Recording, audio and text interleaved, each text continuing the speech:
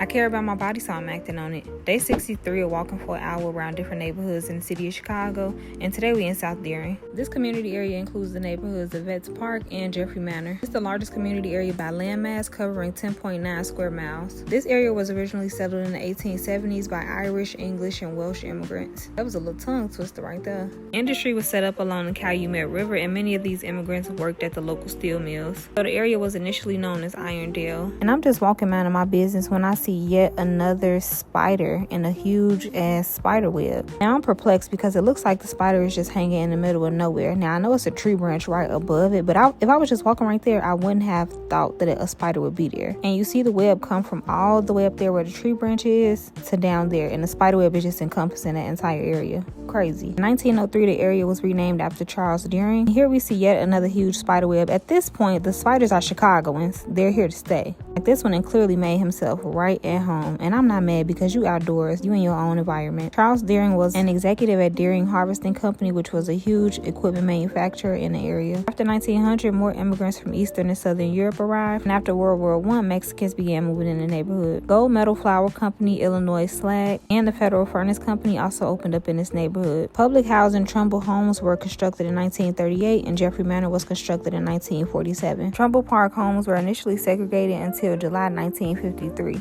Betty Howard was, quote, an exceptionally light-skinned African-American woman who applied for an apartment there. As soon as I got near this cat, it got to begging, and I moved right to the streets because the cat will pounce on you. I ain't got no food and I ain't got no time. They allowed her to move in, which they subsequently accidentally integrated the housing project. That led to race riots in the community and racial tension that would last for the next decade. Integration, legislation of the 1960s, and job loss due to the decline in industry led to white flight. They just said, cut the grass on this house, just lay a slab out there and we'll be good.